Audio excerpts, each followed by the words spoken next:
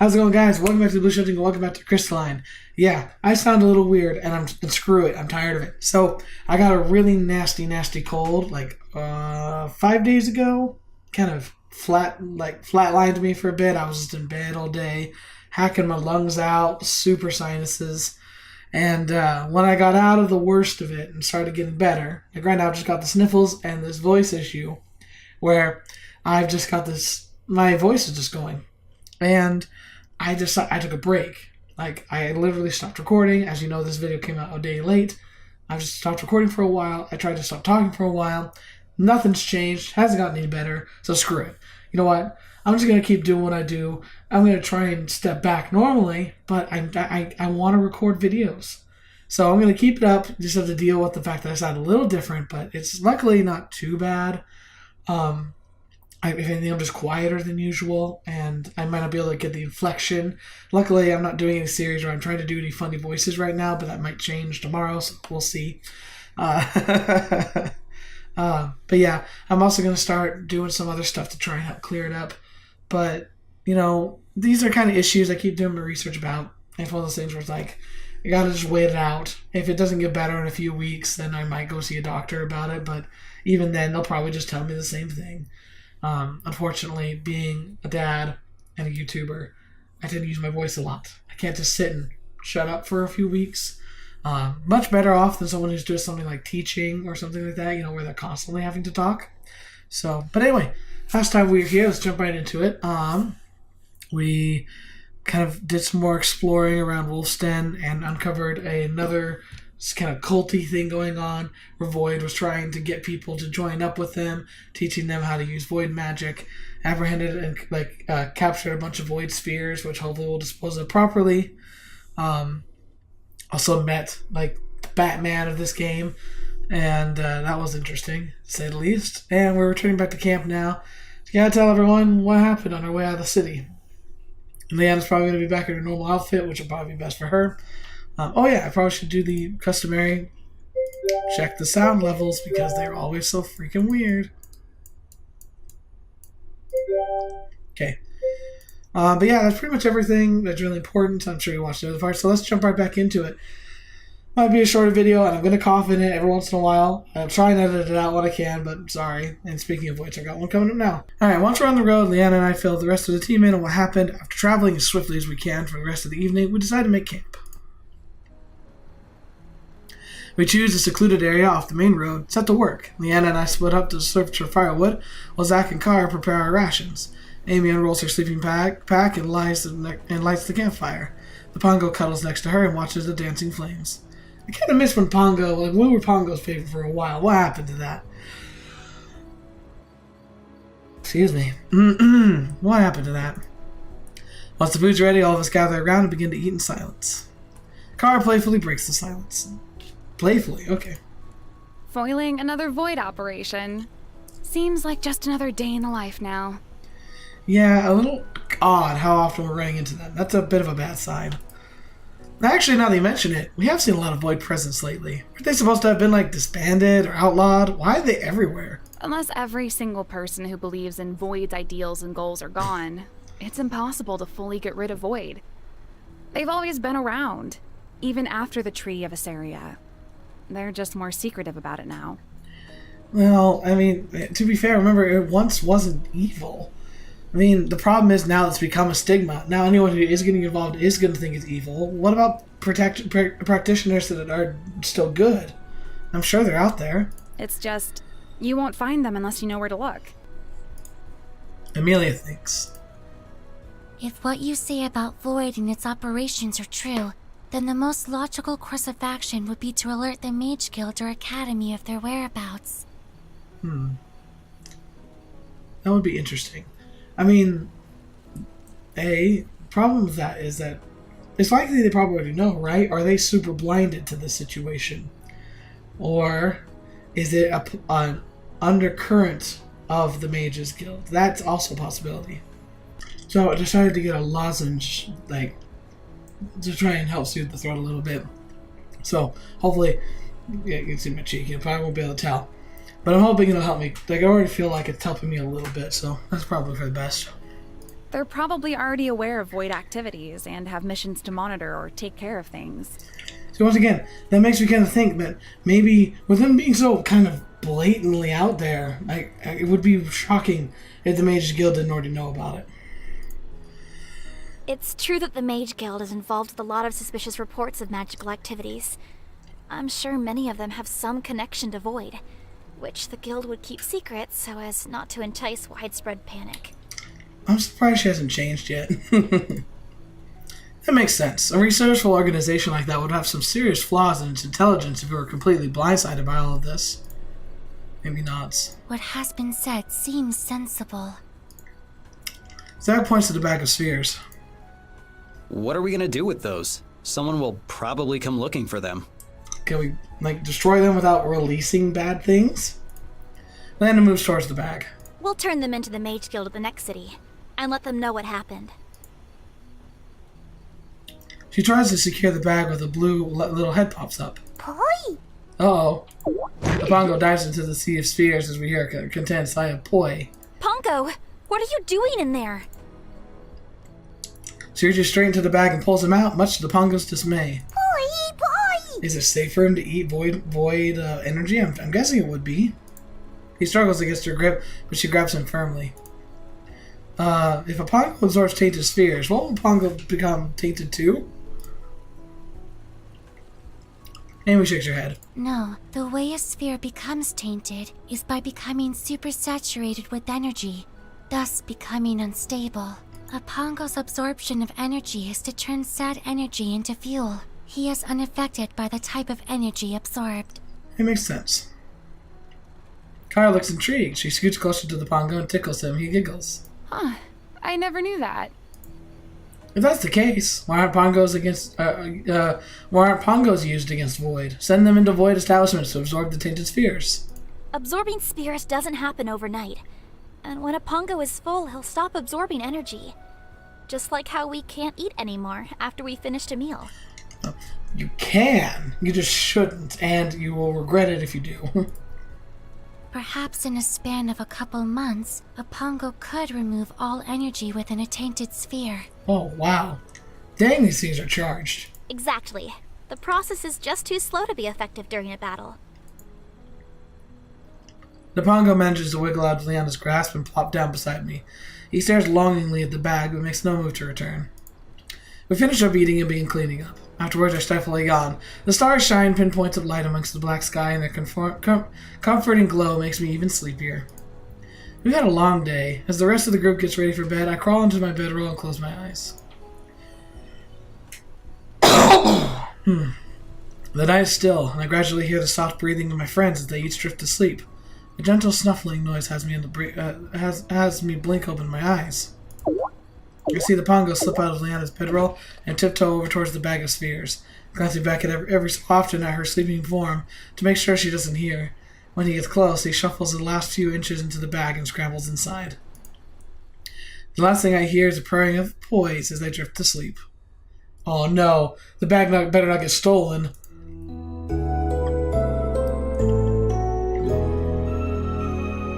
If we lose Pongo over something stupid like that, I'm going to be so mad.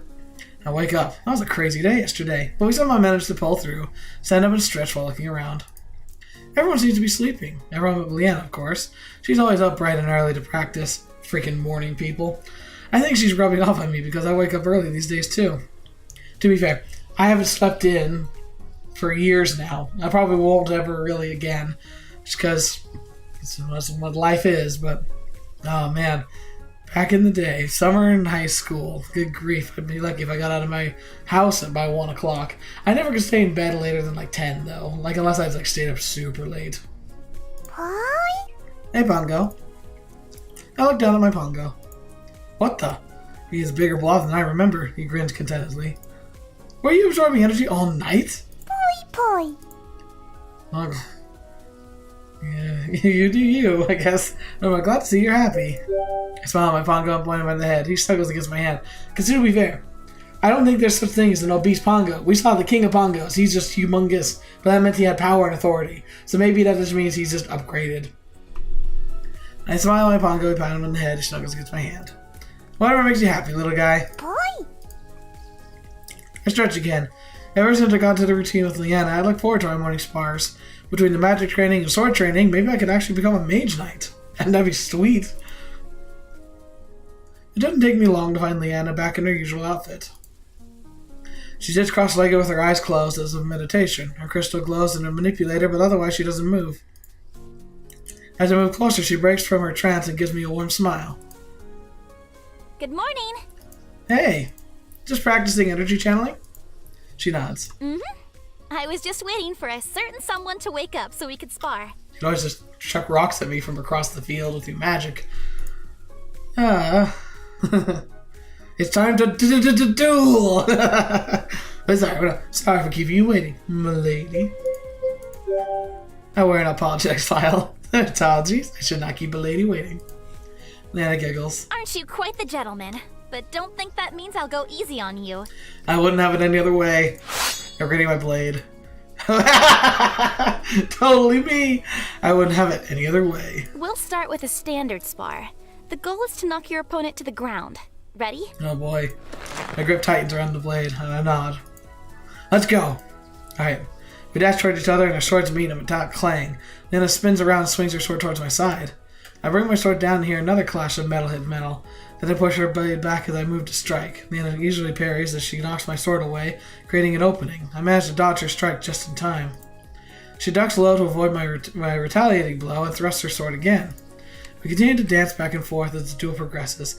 I can feel myself improving. I'm not having as much trouble defending against Leanna's attacks, and I'm able to get a few jabs of my own in too.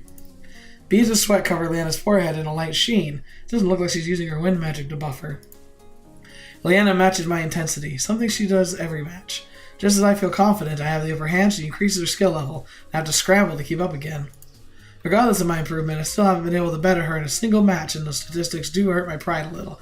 Come on, man. She's dedicated her life to fighting, and she's got some real match skills.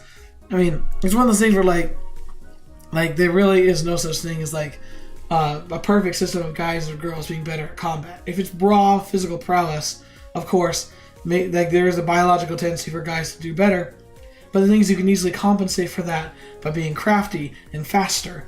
Like there's no one way to fight. It's foolish to assume that you should be better than somebody else no matter what.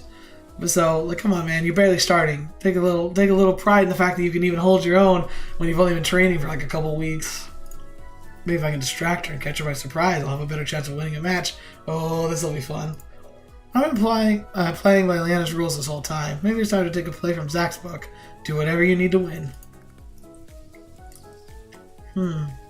Here's the thing. Normally I'd be like, nah, it's not a big deal because it's not to be too competitive. But I would argue that Operation Distraction Tactics could be a chance for me to train her too. It might be a little underhanded, but who's not going to be using underhanded tactics in a combat situation? If anything, it should be something we should both prepare for. I wonder if it's even possible to rattle Leanna. Guess we'll find out soon. What would be the best way to distract her? Like a squirrel, there's a spooky ghost behind you, or I find you attractive. Okay. I know that one will probably work.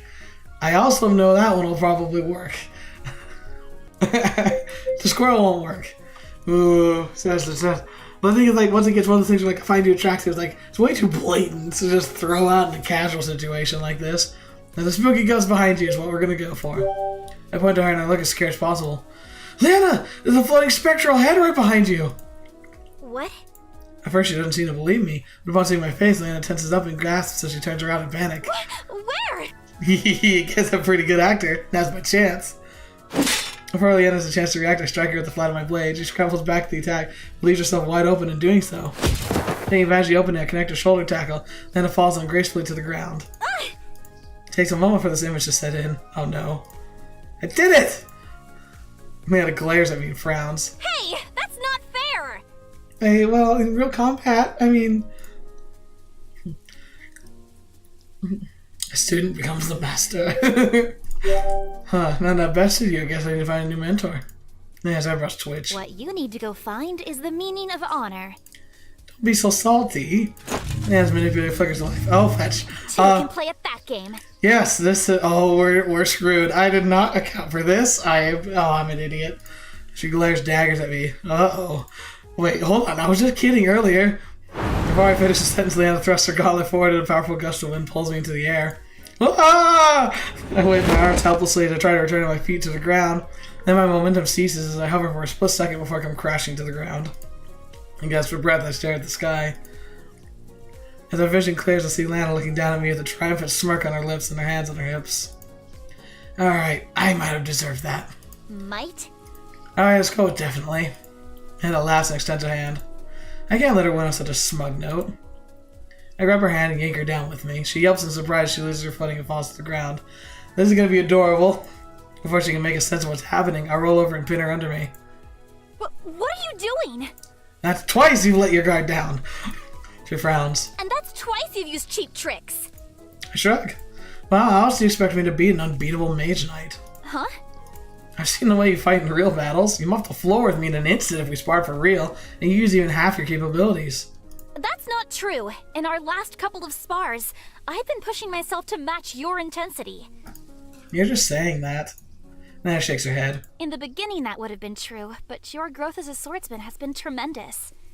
How much you've learned and improved in such a short time. I've never seen anything like it. Really? Like I said, it kind of makes sense. Like, I understand normally it takes, years of dedication to get good. Leanna looks up at me with a genuine smile and pride in her eyes. Despite myself, I can feel my cheeks getting hot. Let's be honest, the credit should go to the person who works tirelessly to train me every day. I smile at her and she smiles back. This time it's her turn to blush, and as our eyes lock and feel warmth course through me. Aww. I'm reminded again just how amazing she really is. It still impresses me just how much time Leanna spends to help me in whatever way she can. I am eternally grateful. She searches my eyes with her own, then her cheeks turn redder. I suppose you did technically knock me down first, which would make you the victor in this spar. Yeah. I'll take a win if I'll take any win I can get at this point. She laughs.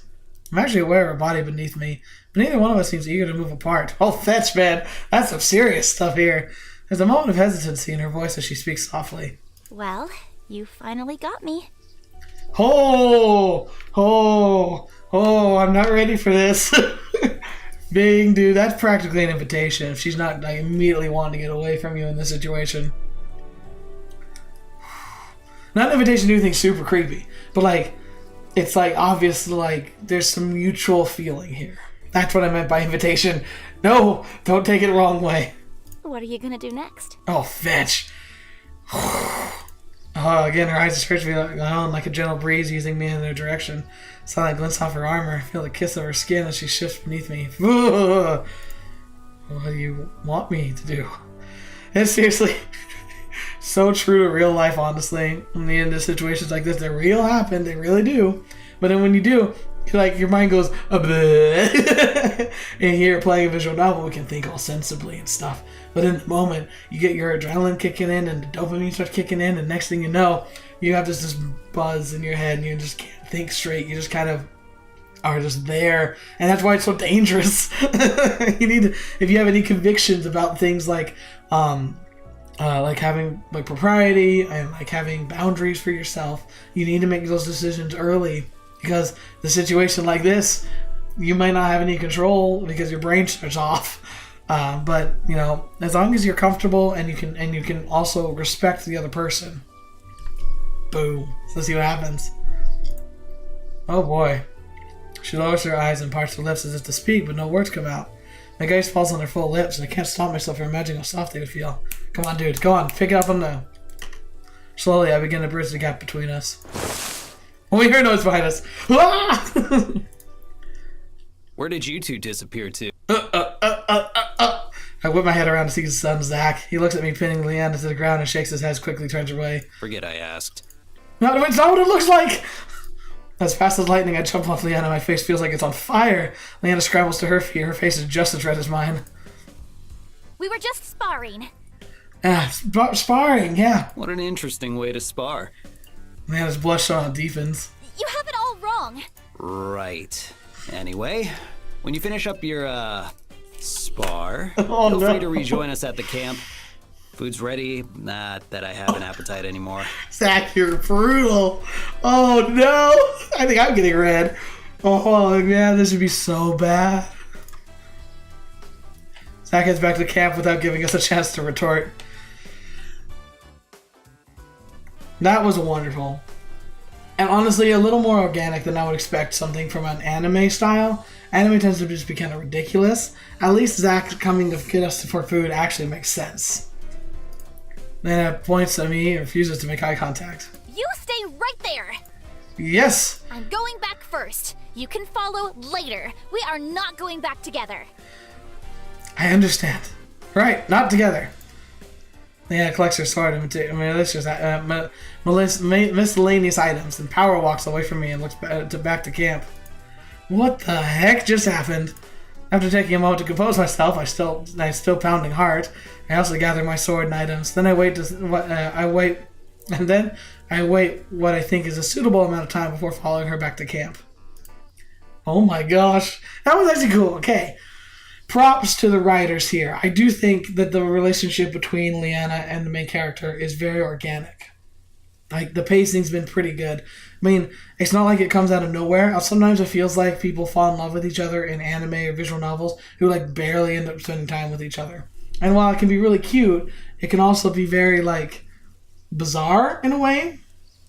But the fact that they've literally been spending, like, these past, like, 3 or 4 weeks together, but in the mornings, like, consistently. They've had each other's back in missions and dangerous opportunities.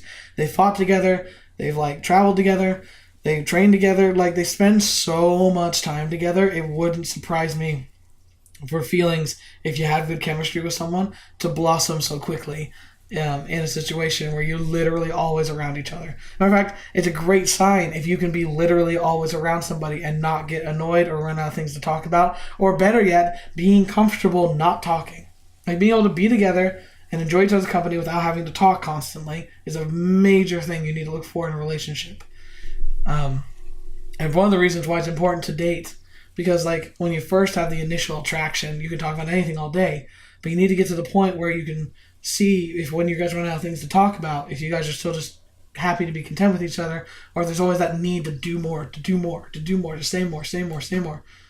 And, like, that's not a great thing. That's not, you can't expect to build a true lasting relationship on something like that, because you'll burn out.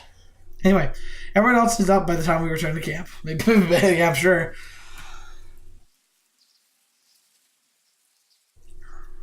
I smell the delicious aromas of the food and grab myself a bowl. Once everyone is served, we sit down together to eat. Leanna makes it a point to sit as far away from me as possible. She stares hard at her food as if it's the most interesting thing she's ever seen. Normally that would be a bad sign. Actually, in this case, it's a good sign.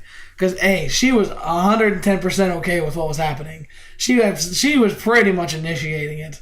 Like, we definitely got her into the position. Good grief, I was thinking that. We got her in a position, but she absolutely gave the okay for something to happen there. Probably in the heat of the moment, yes, but she was okay with it.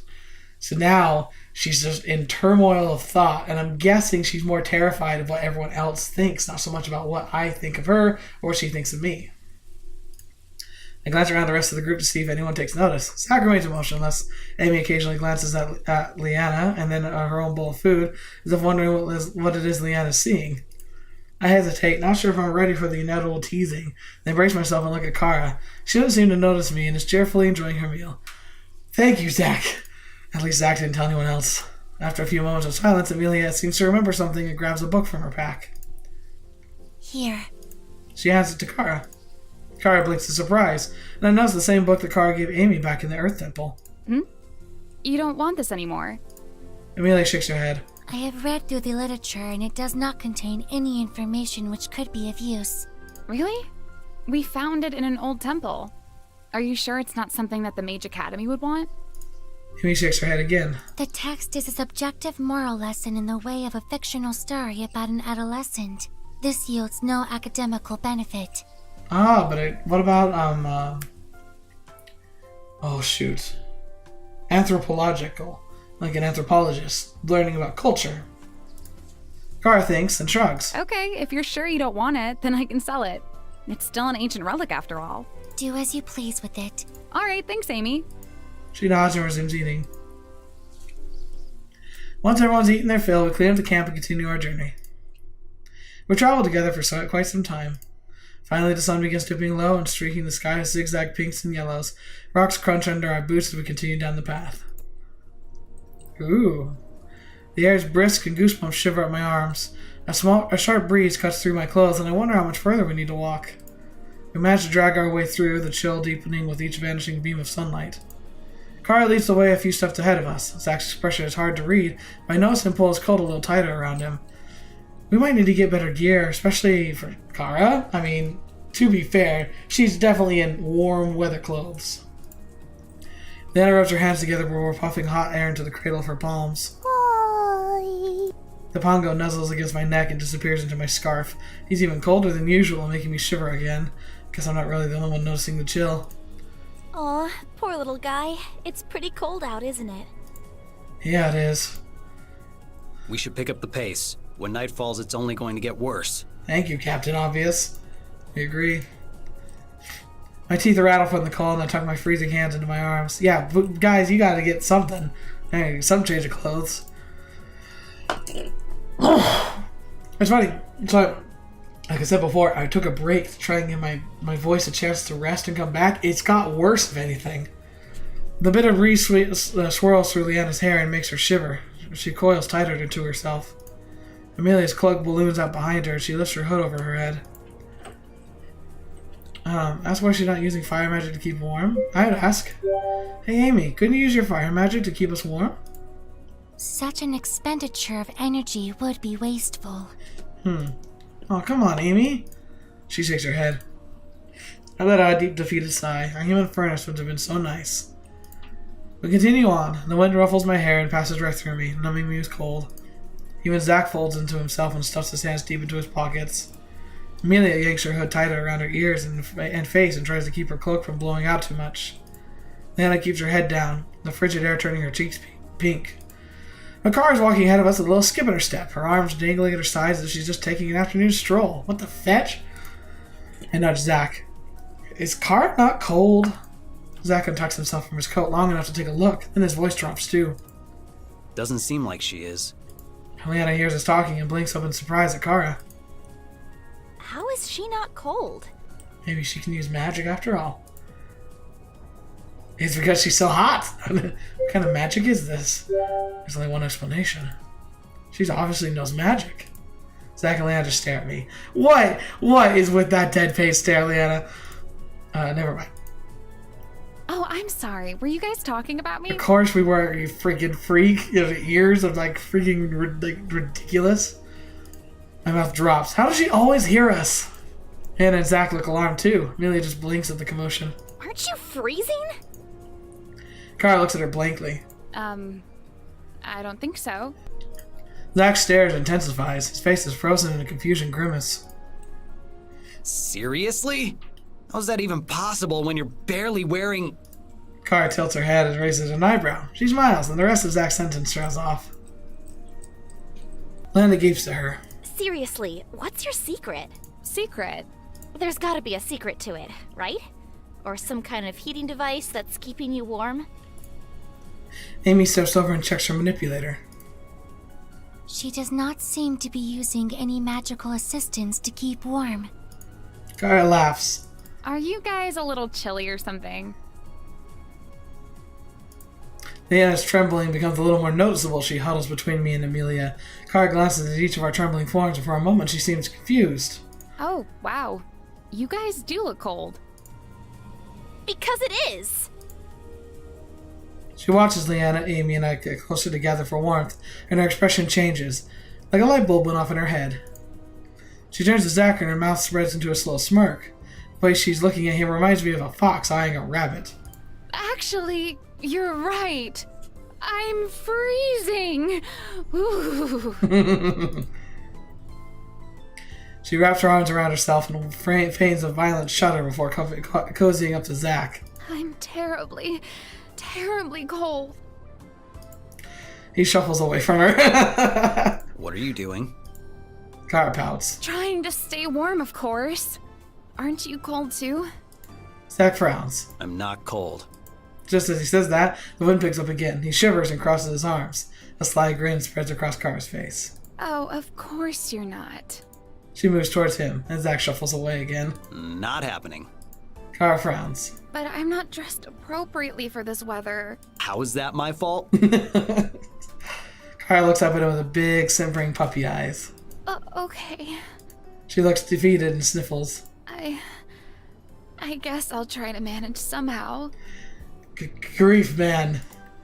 She hugs herself with another theatrical shiver and exaggerates a few more sniffles for added effect. Jack shifts side to side, clearly uncomfortable. He crosses his arms and lets out a deep, deep sigh. Fine. Yes. He goes to take off his coat, but Kara stops him. Wait, I don't want you to be cold too. Well, there's no other option. That's the same devilish smirk slides across her face. Sure there is. Do you guys want to just... How about we just keep going? We'll set up camp. She lifts up Zack's jacket and slips inside, pressing herself against him.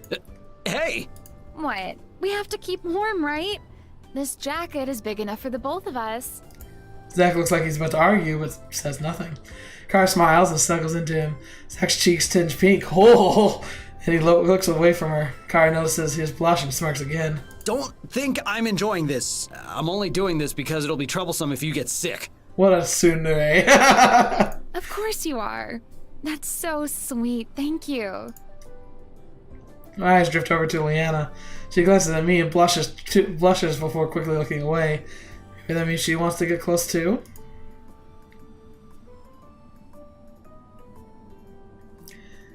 Let's give her a scarf. Okay, we pushed our luck this morning. And with everyone around, she's obviously uncomfortable. But like the scarf is a good sacrifice.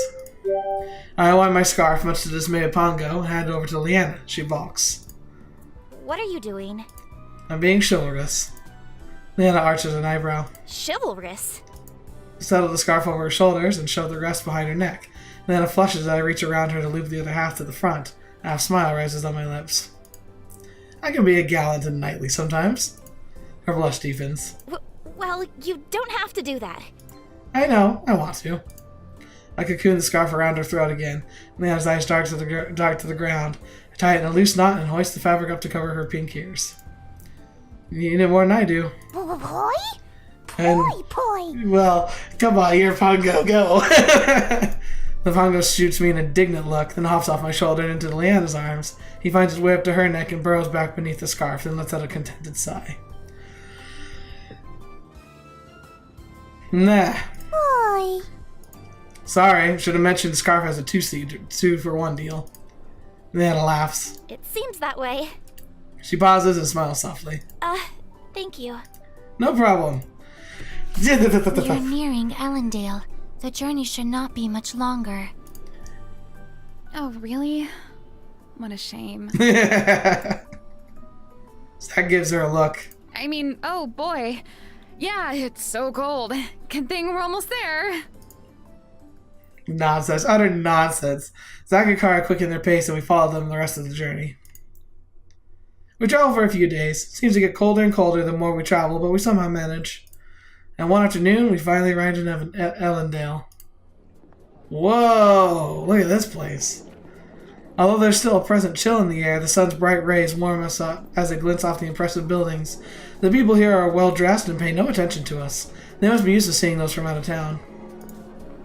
As we venture forth into the town, I notice lots of people heading towards the center of the square and into a large structure. What do you guys think that building is over there? Amy glances at where I'm pointing and brightens up. That is exactly where we need to be headed. Ooh, is this temple, like, more centralized? She speeds up, looking pleased. Seems like everyone else needs to be there, too. Is there an event going on? What exactly is in there? But Amy's already out of earshot. We pick up the pace to keep up. When we enter, I'm blown away by the sheer magnitude of the place. Ooh, looks like another mage academy. The main doors open up into a hallway, which splits off into adjoining wings. One wing is labeled the library, there's a conservatory, and a cultural center too. The conservatory does not allow visitors, but the cultural center seems to be hosting some sort of exhibition, and that's where the crowd of people are filing into. Leanna breathes out in wonder as she takes in the hall. Kara cranes her neck to get a better look at the library, while Zack watches the crowd. Amy turns toward us. The library in Elendale is renowned for its collection of rare tomes. It is the largest library in Havengard. Since we are already aware the Wind Temple is in this vicinity, I hope that by cross-referencing the books in the library with the notes from Elderism, I will be able to narrow down their exact location. Oh, that makes sense. Actual research. Leanna nods. Good idea. Do you need any help? Amy shakes her head. I am confident that I will discover the information we need sooner rather than later. Plus, you can tell she loves it. Kara grins. You don't have to tell me twice. I've got some business of my own I'd like to take care of while we're here. Zack narrows his eyes. What kind of business? Kara smiles sweetly. I had no idea you took such an interest in me. He crosses his arms. I just want to make sure you aren't getting into trouble. Wow. Pretense is really, really becoming hard to hold on to, isn't it? That doesn't sound like me. Yeah, sure. Alright, why don't we all take some time to relax and explore Elendale, and meet back up here afterwards? Sounds good. Everyone agrees and goes their separate ways. To my surprise, Kara follows Amy into the library. Zack and Leanna both move towards the exhibitions and seem surprised by each other's choice. I take a closer look at the exhibition and see two signs. Guess as there are reasons there are so many people out here is because there are two exhibitions going on at once. One is the Illusions of the Mind, and the other is about the heroes of ESARIA. Leanna and Zack both walk towards the exhibit on illusions. Honestly, of course, I'm kind of curious to see what Leanna and Zack are doing, but I'm also interested in seeing the heroes. I'm guessing we'll be able to do all of them. So, I might go for the hero one. I decided to attend the exhibition and learn more about the heroes of ESARIA. I follow the signs directing me to the Heroes of ESARIA exhibit and see a broad wall with an enlarged portrait of 5 people. Below the portrait is the text, Heroes of ESARIA. There are a few historical items on display, safely preserved behind cubes of glass. I see a rusted sword which was found at the site of the first battle. On the wall, some information about the War of ESARIA. I begin reading. The War of ESARIA began... why did I pick one that had a lot of reading? War of ESARIA began with the establishment of Void. Originally, shadow magic practitioners lived in harmony throughout the 3 kingdoms. A small fraction began to become discontent with the status quo and abused the use of shadow magic. As this faction grew, they became known as Void. They quickly turned into a dominant force that spread chaos throughout the kingdoms. The 3 kingdoms, Havengard, Panaya, and Kresmar, had been in constant state of land wars with each other, pushing their borders boundaries, and did not initially notice the rise of Void through the disarray. Void was free to ravage towns and cities within all 3 kingdoms, and the destruction was immense. But what was their motivation? Why would you just ravage? Were they, pillaging? Stealing stuff? Or are they literally supposed to be, super villain evil where they just destroy because they can? It wasn't until the Heroes of ESARIA emerged that the tide of war changed. Although originally divided, the 3 kingdoms realized they had to work together to stop Void, and they collectively supported the efforts of the heroes. With their help, Void was ultimately defeated. The kingdoms recognized that their wars helped carve the way for the organization like Void to grow, and they called a ceasefire. Together they established their bound borders and found peace. All 3 kingdoms agreed that shadow magic was too dangerous of an element and banned its use. Thus the Treaty of ESARIA was signed. I'd heard tidbits about the War of ESARIA, but this helps me understand the severity of Void's reappearance. They must have really wreaked havoc among the 3 kingdoms.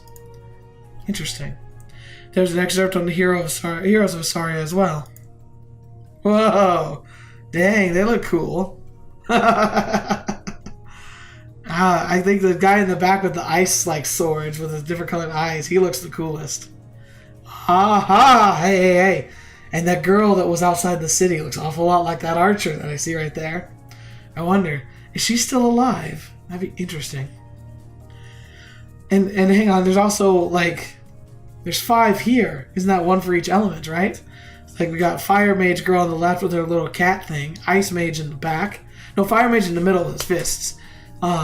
Wind guy over here with his funky hat. Maybe, and so over here, so we have fire, wind, ice / water. What are the other ones? I know this. There's earth magic and then shadow magic, right? Yeah, I think that's the 5. So maybe she's got earth magic, the one with the animal on her head. And then shadow magic. Oh, fetch. I didn't mean to hit a button. Is there a way I can like the log's gone? I pretty much was saying like it shows these pictures and it's gonna so I can learn about them. So all my whole ranting right there, useless. So let's read. I'm gonna start top left because I want to see what he starts off. So Wixer and Lenti. Rinix was a student of the Zellic Academy in Krazimar, where he studied to become a mage. He learned to conjure weapons of pure ice as a special as a specialty of frost magic.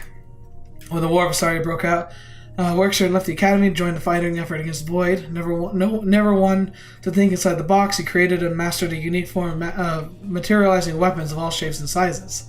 Cool. At the end of the war, he was invited to complete his studies at the Mage Academy in Havengard, which he accepted. He had adjusted his studies to become a Mage Knight due to his weapon conjuration technique. After graduation, he joined the Mages Guild. He quickly rose through the ranks and earned the highest honor a Mage Knight can achieve, Class S. I can. He's cool. Now, we're going to go to the girl on the bottom left, Odessa Redlawn. Odessa was always to be spotted with her loyal pet mink, Maeva. She grew up in Havengard and was a proud student of the Mage Academy. She excelled in her studies and was always the top of her class. Upon graduation, she was invited to join the Mages Guild. A skilled firecaster, okay, so she's fire too. It's no surprise that she was selected to assist the guild during the battles against Void. Her magical proficiency and understanding of alchemy made her a valuable addition. After the war, she returned with her alma mater to Havengard, where she became a professor. Her expertise continued to shape the young minds of our future mages today. Oh, so she is still alive and actively teaching. Alright. XZ Center. He looks familiar for some reason. XZ grew up in a small town in Vienna, but not much is known about his past. Always wearing his classic smirk, he's known for his quick-witted jokes and cheery demeanor. But beneath his bright demeanor is a formidable mercenary known for powerful fire augmentation of martial arts. A natural leader, XZ likes to tackle his problems head-on. It is not uncommon for him to be the first to run into battle. After the war, XZ returned to his hometown where he's honored as a hero. These people sound like they'd be fun to lead. Alright, bottom right, Mr. Man with the floppy hat. Robin Ostergaard. Robin spent his younger years in Havengard. He was a lively man who had a fondness for song and a knack for poetry. Kind and gentle in nature, he was often found reading in the texts of past historians. Even in his youth, he had a passion for helping others. He had a skill for wind magic, but he only used his casting to protect others, and only when he felt the situations were dire. Regardless of how infrequently he chose to cast, it did not lessen just how powerful a mage he was. After the war's end, Robin disappeared. Many believe he may have been killed in battle. Nevertheless, ESARIA chooses to remember him for the hero he is, a savior of the kingdoms. Oh, what if he's the bad guy? That'd be sad. Alright, let's see if I can wrap this up real quick. Isabel Celine, top right. Isabel is a skilled archer from the desert dunes of Verania, Vanaya.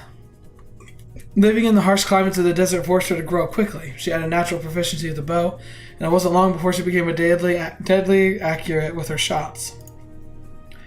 Paired with her casting ability, she is a dangerous opponent and a great asset to the team. She uses the environment to her advantage to target her enemies without being seen.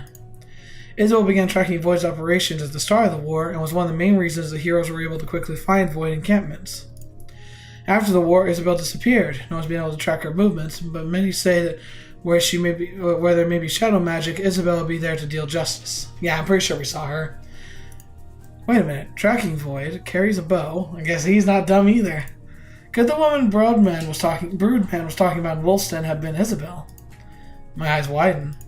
I briefly met one of the heroes of ESARIA? That's awesome!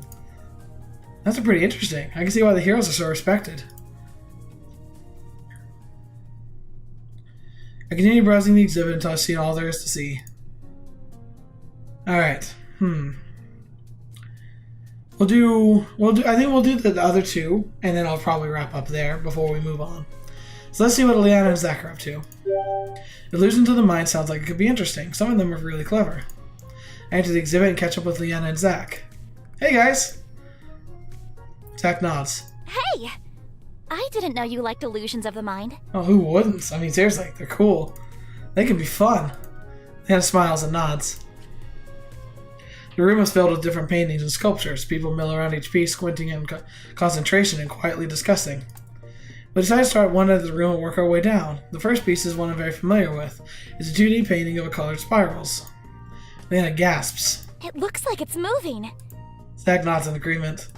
We move to the next one. It's a drawing of an elephant, but something seems off. Both Leanna and Zack squint at it. It's the one that looks like it has a bunch of extra feet. It's missing a leg. Yeah. Zack leans closer. Wait. No, it isn't. Leanna counts. Only 4 legs, but there looks like there should be more. This is confusing. We murmur in agreement as we move on. As we study the next image, my face turns bright red. Is that a naked woman? Dancing figures. Leanna nods. Oh, that's the one where like it spins around, right? Really? That's what you see? The two of them give me strange glances. Yes. What are you seeing?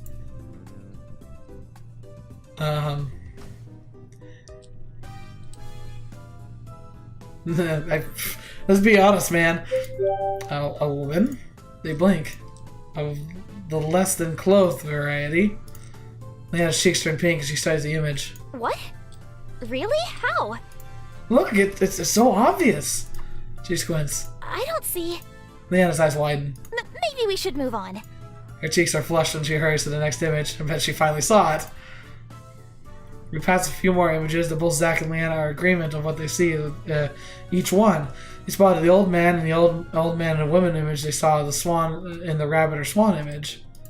Every time they'd agree, they'd grin at each other, and sometimes they'd even share glances as they were in a secret that no one else knew. It's a bit uncanny how synced they are with each other right now. Never seen them get along so well before, or Zack smile so much at once. As we pause it, don't get jealous. Don't get jealous. As we pause the next illusion, a man ponders the image thoughtfully. He wears a black robe with gold stripes, and a mess of blonde hair sits atop his head.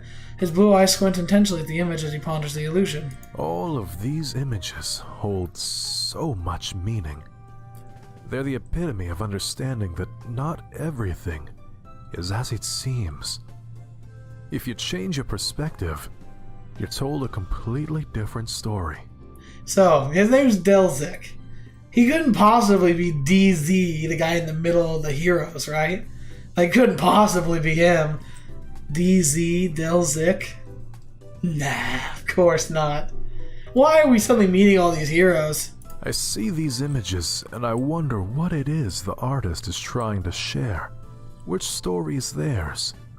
The one that I see first, or the one I understand after further study? I also want to point out, he's very different from the way he's portrayed. He seemed like a hothead, like quick-witted, like bum-ba-dum-bum. But he seems more contemplative. This piece has been especially interesting. He turns to us. Tell me, what do you see in this picture? Leanna and Zack share a knowing look and grin. It's obvious. Yep.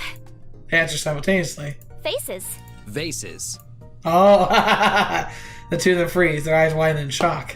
You meant to say faces, right? No. They're clearly vases. No, they're faces. Unless faces look like vases to you, you're very wrong. Leanna shakes her head. How could you have been so right about all the others and so wrong about this one? There's no right or wrong answer, guys. Actually, in that last illusion, I didn't see a swan. I saw a rabbit! Leanna gasps. I trusted you. I thought that was the only time. But I see now that you've been wrong this whole time. You're the one who's wrong. No. There's no need to... Leanna and Zack glare at him. Not now. Leanna suddenly raises rests her gaze on me. Uh-oh. What do you see? Happy waifu, happy lifeu. I see faces. Sisters before misters, I see faces. Or bros before hoes, I see faces. Happy waifu, happy lifeu. I see faces too. Leanna grins smugly. Ha! Zack shakes his head. You two are perfect for each other. You have equally bad taste. Leanna and I react the same way. Perfect for each other. Bad taste? She looks at me. I mean, bad taste. Wait, what did you say? I saw faces? I just want grin returns as she spins back to Zack. That's right. See? They're faces. Kill the conversation now. Zack sighs. You're free to believe what you want, even if it's wrong. She ignores the last comment, content with her win. The philosopher chimes in before the two of them can continue bickering. Have you considered the possibility that you're both right? Leanna and Zack stop arguing and look at him. This illusion tells two independent stories, intertwined in a single piece of art. The precision, the illusion, wrapped in perfect symmetry. He talks so slowly, as if he's channeling a little bit of William Shatner. To understand another perspective instead of being rigid in one's own perception, that is the true intention. Leanna and Zack nod slowly, as if fully understanding and taking in what he said. Calm and pensive, they face each other again. I guess it's possible that they're vases. I'm glad your eyes are finally working. What? You jerk! You're supposed to say you see faces! Why would I agree with something wrong? Their argument resumes. I sigh deeply. Not this again. My gaze wanders the room and I glance wistfully at the other illusions, wishing we could move on. Hey guys, let's move on. They don't hear me. Guys? Again, the two of them were too wrapped up in their argument to hear me. Seems like this is going to take a while. Guess I'll finish the exhibit on my own and check back with them later. Unnoticed, I slip away from the group and finish the tour. Alright, let's see what Kara's up to. Kara said she's going to take care of some business in the library. I wonder what she's up to. I headed to the library and find her among the shelves. Hey, Kara. She smiles. Hey there. Checking out the selection? You could say that. I'm wondering if I have something that might interest them. Right, she wants to sell the book. She pulls out the faded tome she found in the Earth Temple. If this library is as extensive as Amy says, maybe they're looking to expand their collection. I have a feeling they tend to take donations. Couldn't hurt to ask. I browsed the books among the shelves. Looks like they've got all their older books here, too. She pulls out a book and inspects the cover, then grins as she puts it back. They've got Aria's texts. Who are they? The ancient civilization here. They're the people who would have built the Wind Temple. If they've got Aria's tomes, then they're sure to be interested in what I've got. Well, probably. Kara confidently approaches the librarian. Perhaps you could assist me. The librarian glances down and knows that Kara and sniffs disdainfully. Perhaps. Ignoring his haughtiness, Kara pulls out the book and places it in front of him. Would you be interested in a Gaian text? He leans closer to inspect it. Where did you acquire this? From one of the ruins. Unlike most of texts found, this one is very atypical. It's actually a children's book. Oh, she's very good at selling it. She actually has an understanding of it. Surprise slips through his demeanor. A children's book? Kara carefully flips through the pages to show off the illustrations. Yes, and you can tell it's Gaian based on the calligraphy. She points to two different places on the page. The Gaian's language didn't use punctuation, while the other ancient civilizations, such as the Uri, did. And the parchment itself is out of an animal hide, which is typical of Gaian culture. Wow, okay. I've said before that she's smart, but she's like crazy smart. Kara continues to spout more and more facts. The more she talks, the more impressed the librarian seems. By the end of her speech, his frown is replaced with an interested grin. He further inspects the book and nods in satisfaction. Fascinating. And you're hoping to donate it to our library? Nope. Well, donate for a small fee. Ah, of course. He lists the number which Kara pleasantly counters. They go back and forth for a while before the librarian finally nods. Two of them disappear for a few minutes before Kara returns to the small pouch. She grins as she safely tucks away her pouch. How'd it go? Not bad. I was hoping I could get a little more, but I still ended up with more than the initial offer. That's a win in my book. Agreed. Can't help but be a little impressed. Most of the show on my face as Kara looks at me questioningly. What is it? It was good haggling, and I'm impressed you know so much history. That's really what the impressing part is.